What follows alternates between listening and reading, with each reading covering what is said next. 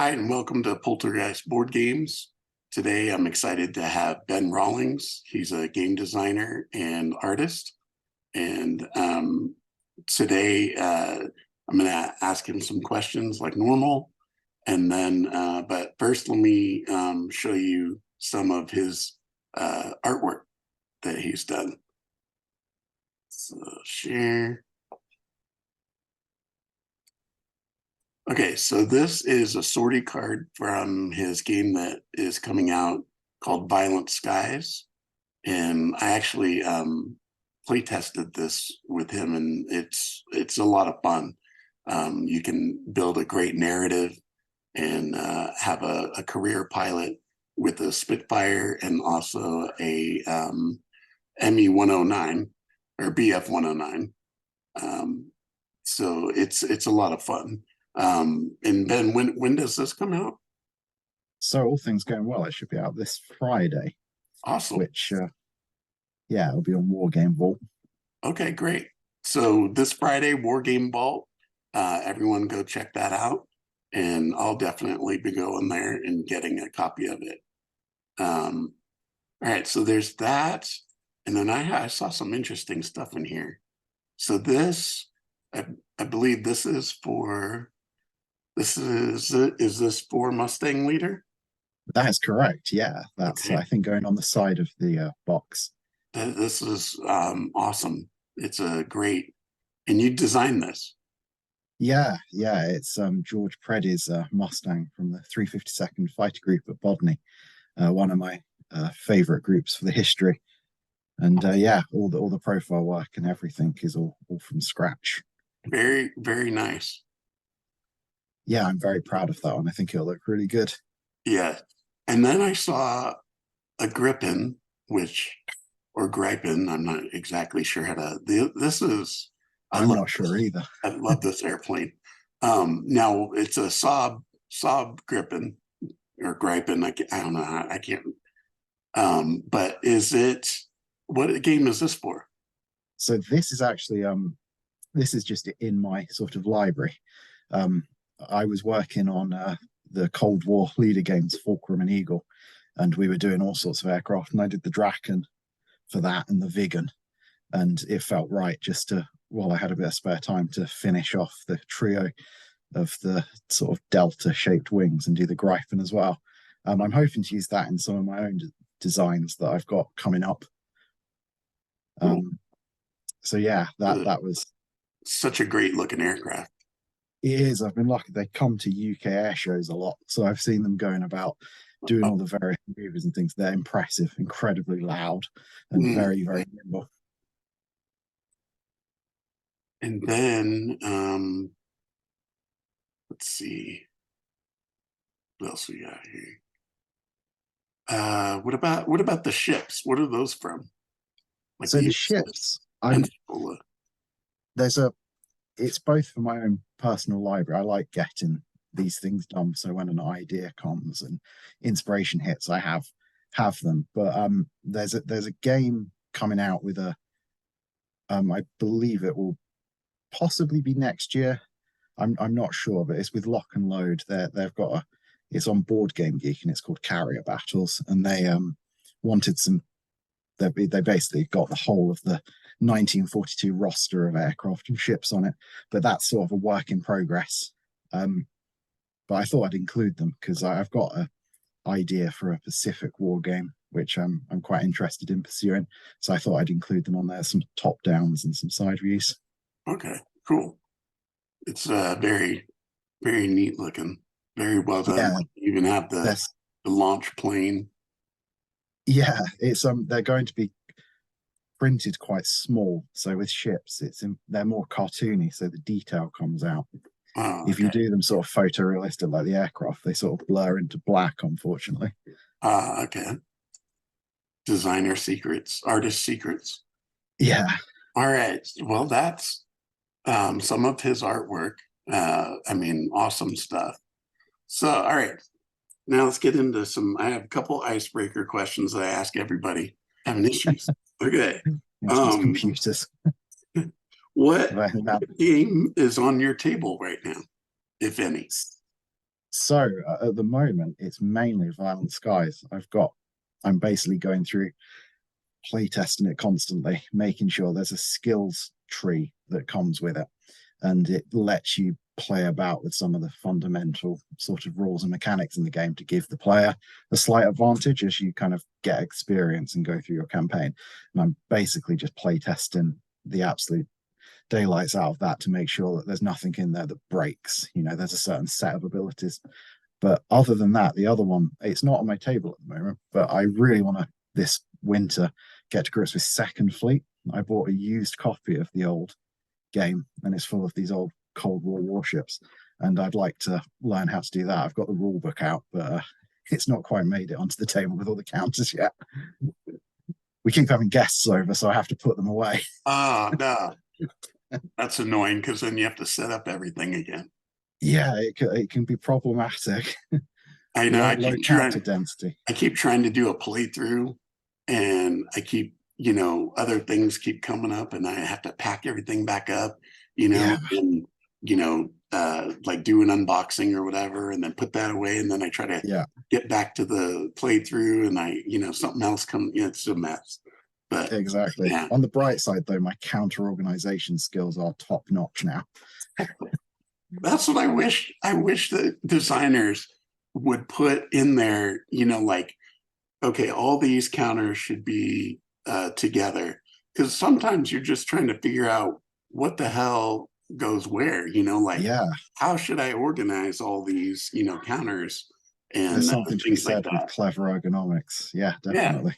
Sometimes I ask other people, okay, what did you how did you group these and, stuff. So, um, Yeah, yeah, it can be interesting. All it right. really can. Now we'll go into the 10 questions.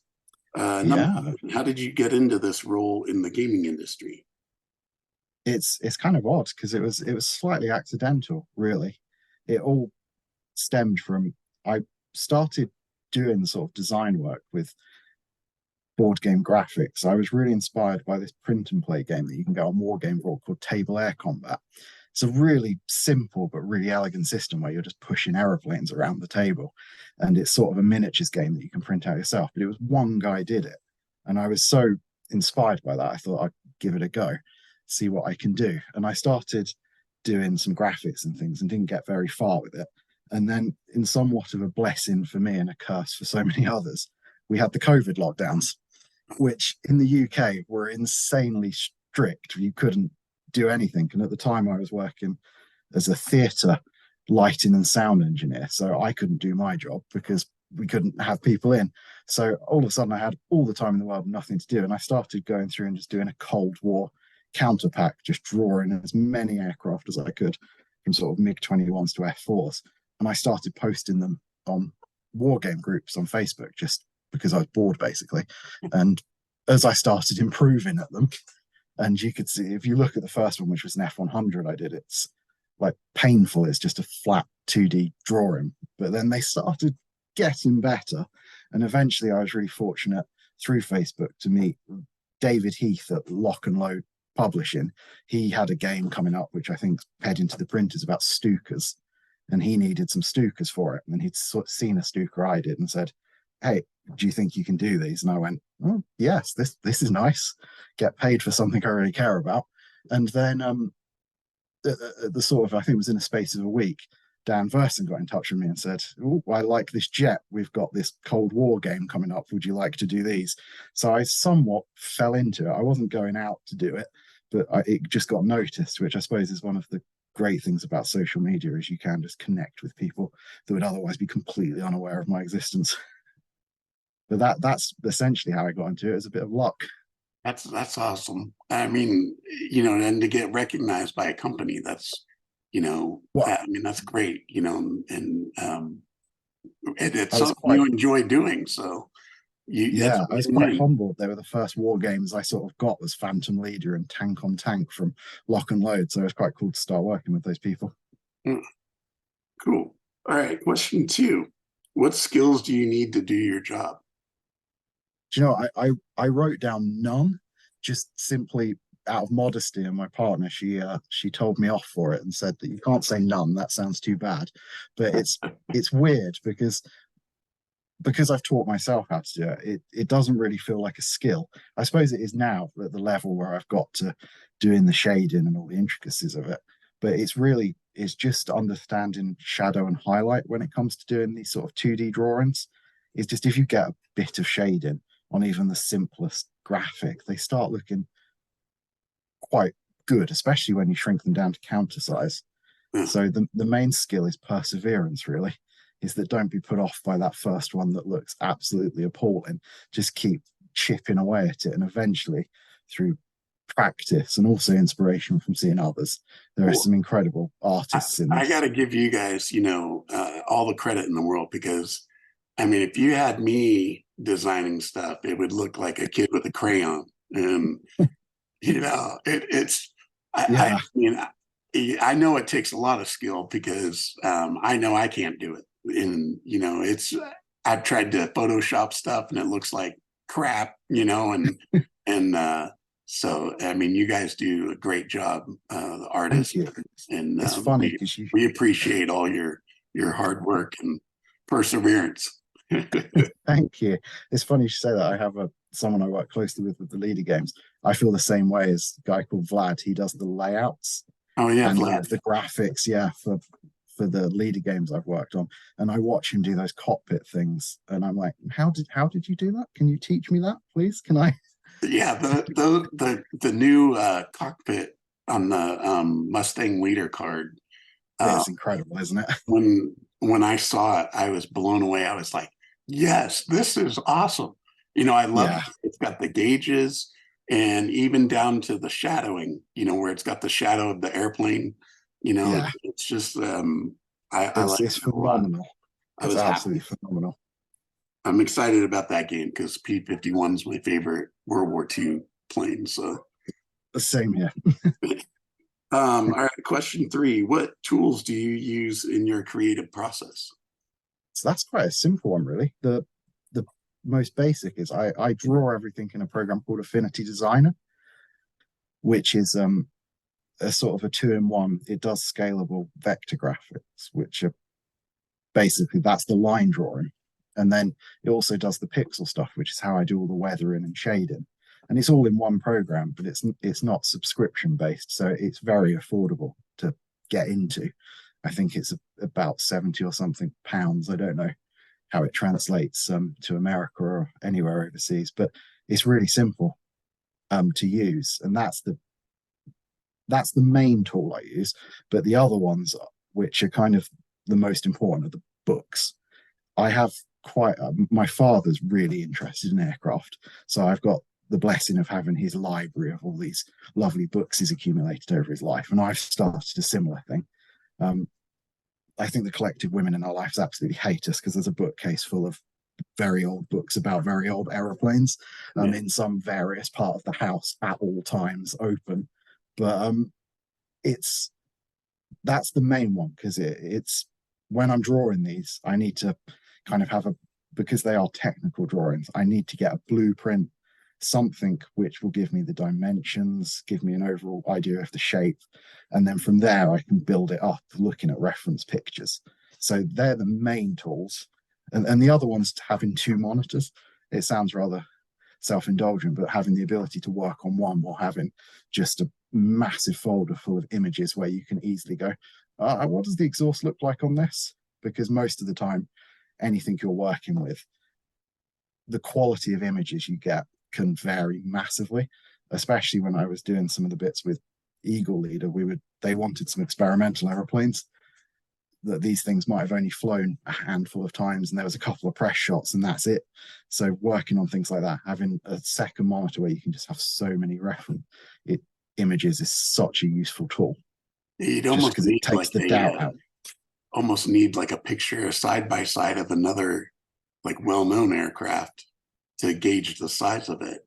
You know, Exactly, yeah, like it next to an F-14 or something like that, so you could see. definitely. Okay, That's actually another good tool, actually, I use scale converters. There's an online tool where you can convert things into scales. Now, it doesn't apply all the time, but depending on how easy it is to get references. Sometimes if you know the length of the aircraft and the wingspan and things, you can convert that down to like 1/72 or something, and then that can translate. So you can use model kits, for example, photographs of those, and a bit. I'm not very good at maths, but it's things like that which can just help out getting the overall blueprint. So you're not tracing someone else's work, you're actually making it yourself. But it Uh, takes a little bit detective work sometimes. yeah. All right.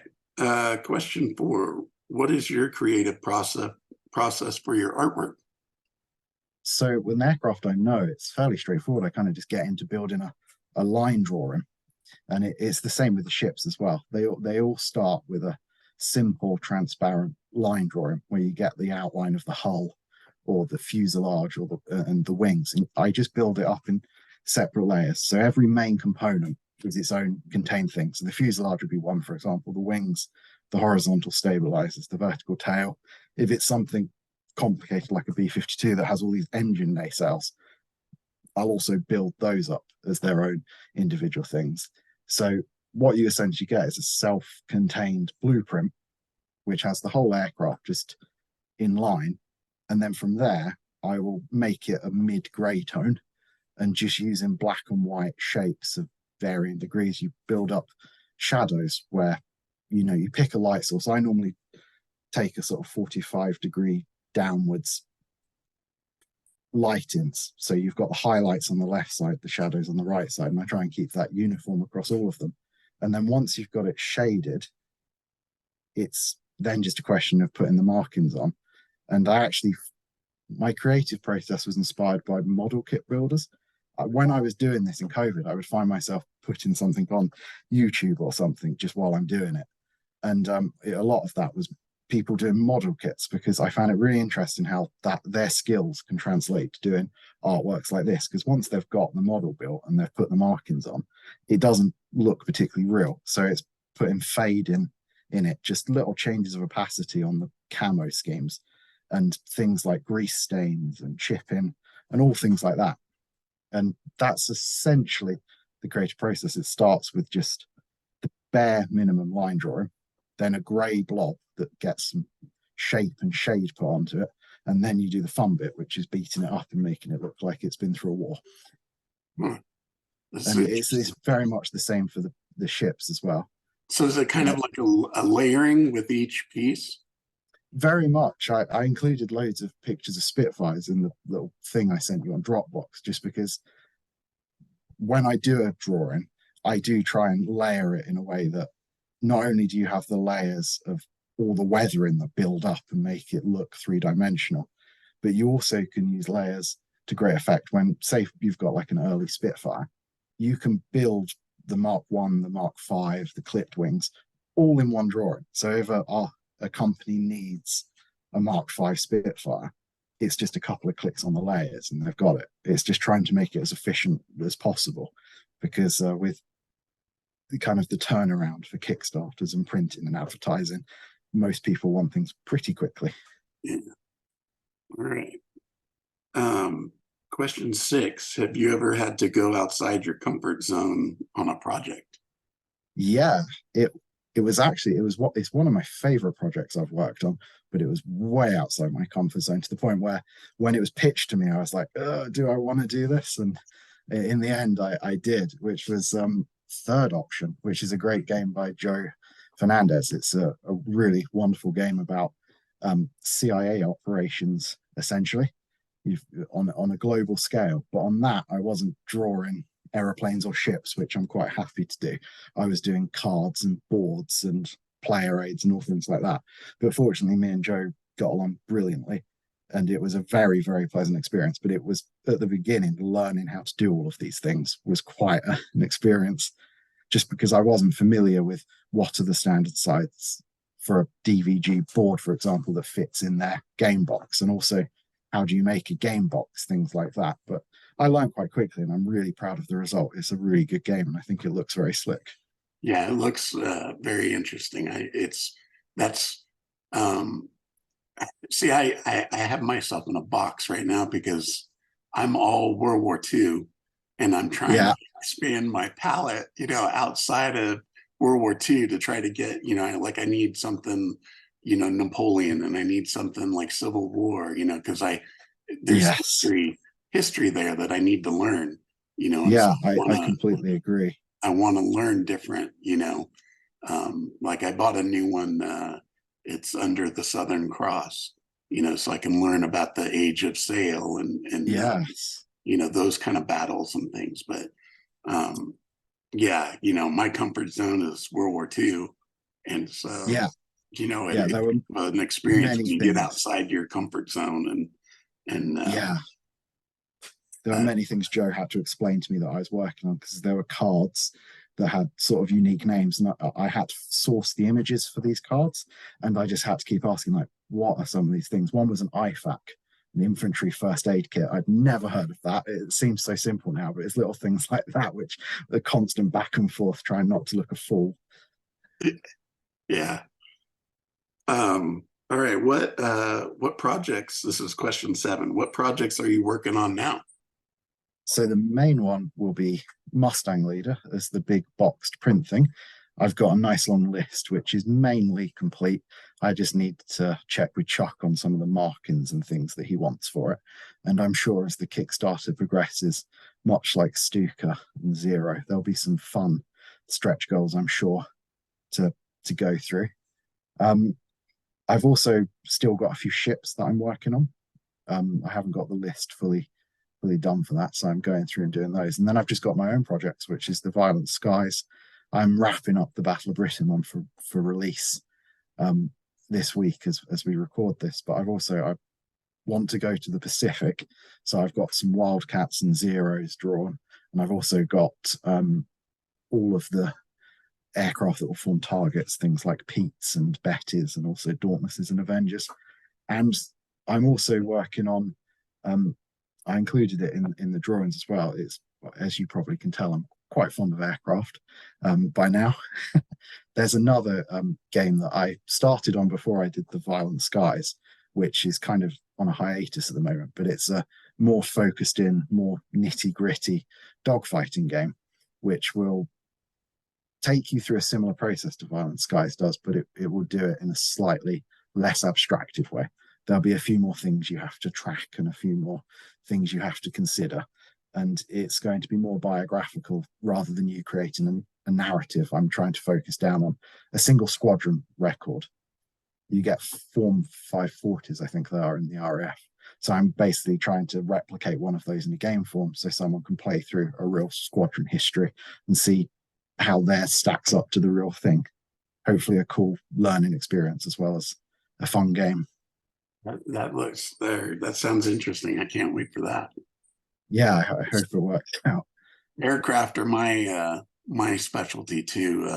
As far as me playing, I love all the airplane games, and that's another box that I get myself into. Is Yeah, yeah, oh, an airplane game. I gotta go get it. yeah. I definitely that's exactly the same here, which is bad because I like you say, you see a Napoleonic game, and I think to myself, I really ought to buy that. But that's a really nice shiny Messerschmitt on the front of the cover of that one, so Yeah, maybe I'll get that instead. yeah. I know I had to for my birthday. My mom was asking me what I wanted, and I was like, I want a game, and I was trying to decide, and I was like, man, the B-29 Super Fortress from Legion Games was calling me, and I'm like, Oh, oh, fantastic! Yeah, I'm like, but it's another airplane game. I said, let's try something different. So I got enemy action Kharkov battles. So wow, that's very different. so yeah, I'm excited to try that because it's a ground game, so that'll be different for me. Yeah, it will be very different. Lots of All right, brave hands. question 8. What consists of your artwork, counters, game boxes, maps, etc.? Um, I mean, I guess I showed that already, really. Do you um, do counters at all? Counter? So to be honest with you, I've not, when it comes to what I've been doing, I mainly make the assets for people like Lock and Load and DVG. When it comes to my own games, then yeah, I do counters and things. With Third Option, I did the counters in all of that. Um, so it's something I'm experienced with, and I have done. I think the only thing I haven't done is an actual game map. I've done boards, but I haven't done a traditional hex and counter map. I've done mock-ups and things, but nothing that's published. That's a whole different art form, just because you got to translate real world geography into a nice, neat, condensed, scaled map. So that's something I'm working on, something I'm practicing. But It's it's gotta be hard to I mean, talk about scale, oh, extraordinarily. trying to get it on a certain size board, but make sure that you capture everything that you want, like if there's cities involved or whatever, towns, Yeah, I rivers, really need to I whatever. need to pick some people's brains to find out how they do that. Sort of beg, borrow, and steal inspiration from them. But yeah, that's the one thing I haven't done yet, which I really would like to do. Cool. So I'm All right. working towards that. Question 9. What was the hardest project you worked on? That was probably third option from the point of view that once I'd learned to do the aeroplanes by the point and the ships and things. I had a strategy for them, but I didn't really have it was things like the player aid. It's when you have all this information which you've got to make as clear as possible, but also you've got to make it look quite beautiful. So players aren't it doesn't look like they're reading a spreadsheet. It looks like they're reading a nice piece that keeps them engaged. Things like that were a challenge. And I also think it wasn't so much out of my comfort zone, but on the most I done a bit of research with Flying Tiger Leader. There's the guy who's doing that, Russ Lance. He's keen to have biographies of all of the Flying Tiger personnel in the rulebook, so you've got a really nice, concise history of it. And it's finding out when these people were born, when they died, what they did. That that was a bit out of the comfort zone, trawling through things. I volunteered myself for that because I absolutely love the history of it. But it very quickly became you're kind of digging through the 40th page of a grave site in Tennessee to try and find if you can find this one gentleman, Yeah. which unfortunately I succeeded with. But that was something completely new, which I hadn't done before, which doesn't sound like it would be in the remit of game design or artwork. But it's the history of them, isn't it? You've got to kind of honor why they exist. That would be hard to try to pile through all that data and stuff. Yeah, Thing I think is deciding, on player aids, what should stay in the rule book and what should actually go on a player aid. That's got to be tough decisions too. it really was. Fortunately for me, Joe had very clearly knew what he wanted from the third option player aid. So I was basically copying what he had and try and make it look good. But it was then little things in the change in formatting because he'd created it in Excel and I was making it in Affinity. So there were just little alignment issues and things like that. And then there were little data changes as playtesting went on as well. And you've just got to make sure you're keeping the most up-to-date copy and you're keeping that organized. But when it comes to data, that was a real challenge with the game board, actually. The first draft of the third option game board, we had I had just piled on as much as I could. And then as play testing happened, we started to realize, well, actually, we don't need this. We can delete this. We can take that out. And the actual finished product is really slick. The absolute minimum that you need to play it is on there. But that's really good because what information you don't have is then on the player aids, it's in the rule book, it's laid out really sensibly. So yeah, I'm really proud of that, but it was a challenge to get there. I'll bet. All right, my last question is, does AI have a place in this industry? Because AI That's is everywhere now. yeah, that's a big question. Personally, I it doesn't matter whether you want it to or you don't want it to, it 100% will. I think it already has. I seem to recall seeing something about a Kickstarter with, I think it was a Terraforming Mars Kickstarter that made a lot of money, but I think they used AI art in that.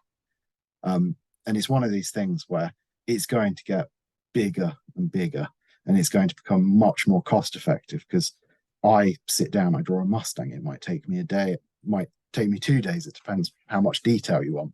Whereas you can tell a computer program to draw a Mustang, and it might do it in 30 seconds, and you don't have to pay the computer.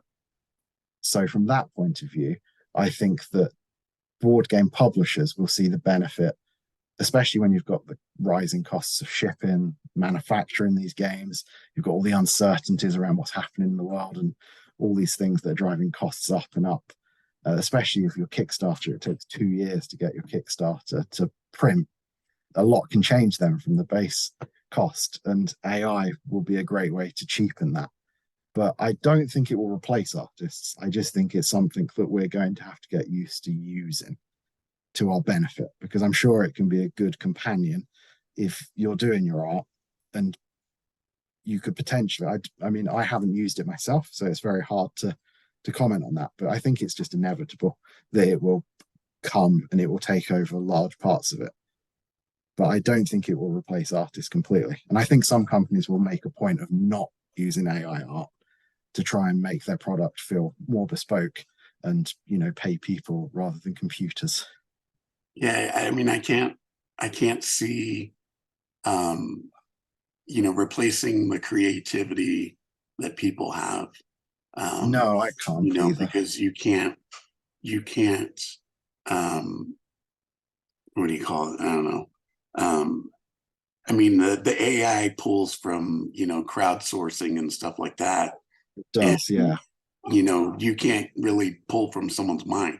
You know what I mean? Like, No, everyone's got their own image of things, and their own creativity, their own creative process, and so forth. And I don't think you can replicate that with AI.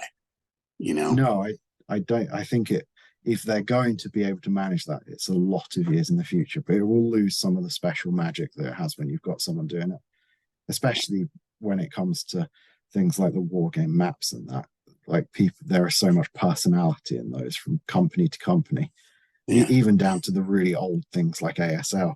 There's something quirky and nice about that art, whereas a computer is probably going to be quite clinical in the way it does it. But I think it's here to stay. Whether that's good or bad, I don't know. yeah, But I think it's going to become more prevalent as the years go on. yeah.